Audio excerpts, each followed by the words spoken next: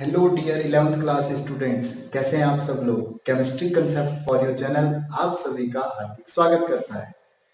पिछली बार मैंने आपको 11th क्लास का चैप्टर नंबर 1 कंप्लीट करा दिया। आज स्टार्ट करने वाले हैं चैप्टर नंबर 2, जिसका नाम है स्ट्रक्चर ऑफ एटम, यानी परमाणु की संरचना।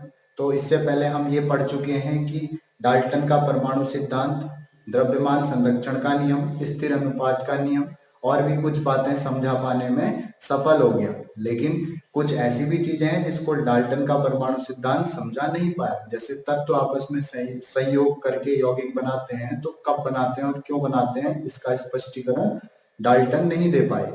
ठीक है, तो यही बेसिस बना आगे बढ़ने का कि परमाणु के बारे में और पढ़ा जाए। तो परमाणु के बारे में आगे ये चीज सामने आई कि परमाणु के अंदर इलेक्ट्रॉन, प्रोटॉन और न्यूट्रॉन नाम के सब एटॉमिक पार्टिकल भी होते हैं। इसके बारे में सबसे पहले स्टार्ट किया माइकल फेराडे ने। माइकल फेराडे का एक एक्सपेरिमेंट था, ठीक है, आप 12th क्लास में उसे पढ़ोगे कि आप एक क्या ले लेते हो, विलियन ले लेते हो। ठीक है, ग्लास ट्यूब के अंदर विलियन ले लेते हो, सॉल्यूशन ले लेते हो, बाहर से आप क्या करते हो, करंट प्रोवाइड करते हो। ठीक है, दोनों तरफ आप मेटल, धातु की छड़ लगा देते हो। तो ऐसा देखने को मिलता है कि एक धातु से कुछ मटेरियल निकल के दूसरी धातु की ओर डिपोजिट हो जाता है या चला जाता है। ठीक है, विसर्जन या फिर नीचेपन देखा गया। तो विलियम क्रूक्स नाम के साइंटिस्ट थे, उन्होंने इसी बात को बेस बनाते हुए थोड़ा आगे स्टडी की, एक एक्सपेरिमेंट किया जिससे इलेक्ट्रॉन की खोज होने में मदद मिली। ठीक है, उस एक्सपेरिमेंट का नाम था निर्वात नली में विद्युत विसर्जन। तो निर्वात नली ली, एक ग्लास ट्यूब ली, ठीक है, कांच की ट्यूब बनाई इस तरह की, इसके अंदर उन्होंने गैस भर दी और बाहर से इसे हाई वोल्टेज करंट से जोड़ दिया। ठीक है, और ये पंप लगा दिया जिससे प्रेशर कंट्रोल हो, दाब कंट्रोल हो। ठीक, तो उन्होंने देखा 3 केस में उनका ये एक्सपेरिमेंट सेट हुआ। पहले केस में उन्होंने क्या किया, वोल्टेज 10,000 वोल्ट रखी और जो प्रेशर था, जो दाब था, वो 1 एटीएम रखा, 1 वायुमंडलीय दाब।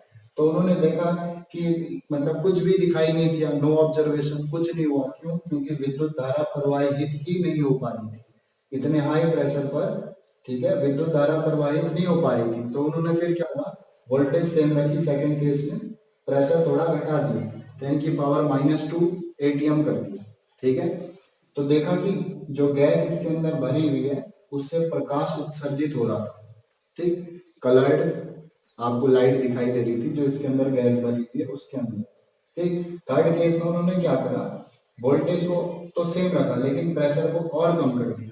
तो जब प्रेशर और कम किया तो जो गैस थी उससे प्रकाश उत्सर्जन तो बंद हो गया, लेकिन ये यहाँ से कैथोड के सामने जो ये वाली दीवार है, यहाँ पर आपको ग्रीन कलर का कुछ चमक दिखाई देने लगी।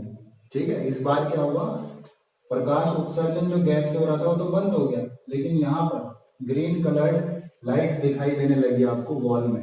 तो इन सब बातों से उन्होंने कंक्लूजन निकाला, निष्कर्ष निकाला कि क्या हो रहा है, उच्च विभव पर और निम्न दाब पर, ये याद रखेंगे, उच्च विभव और निम्न दाब पर जब किसी निर्वात नली में भरी हुई गैस पर करंट प्रोवाइड किया जाता है तो कैथोड की तरफ से एनोड की तरफ को कुछ किरणें निकलती हैं। ठीक है, जिन्हें कैथोड किरणें कहा गया। फिर उसके बाद स्टडी की गई कि इन कैथोड किरणों के गुण क्या क्या हो सकते हैं।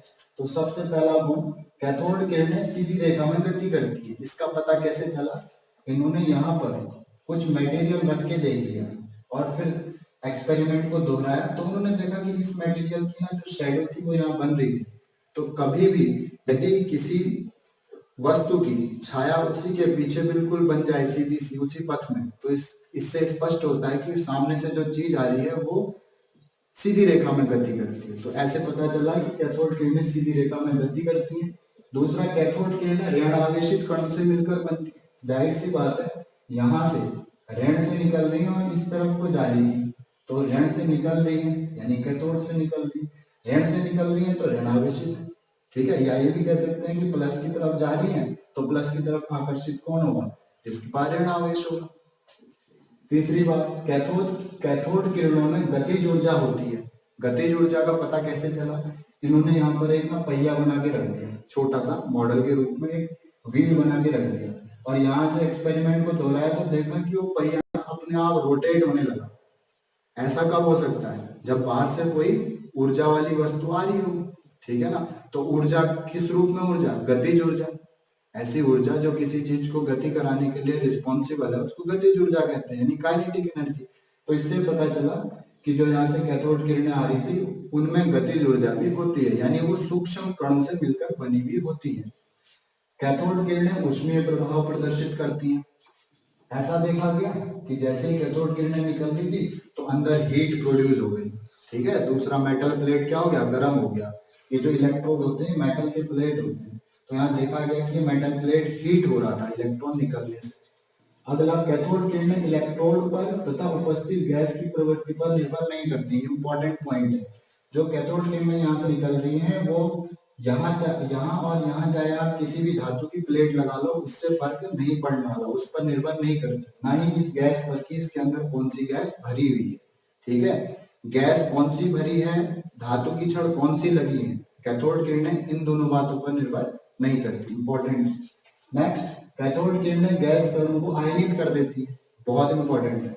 जब कैथोड किरणें यहाँ से निकल रही थी तो अंदर जो गैस भरी हुई थी ना ये आयन में बदल गई, प्लस और माइनस आयन में बदल गई, ठीक है। जो प्लस आयन था वो माइनस की तरफ टकराया और फिर वहां से कुछ कण निकले।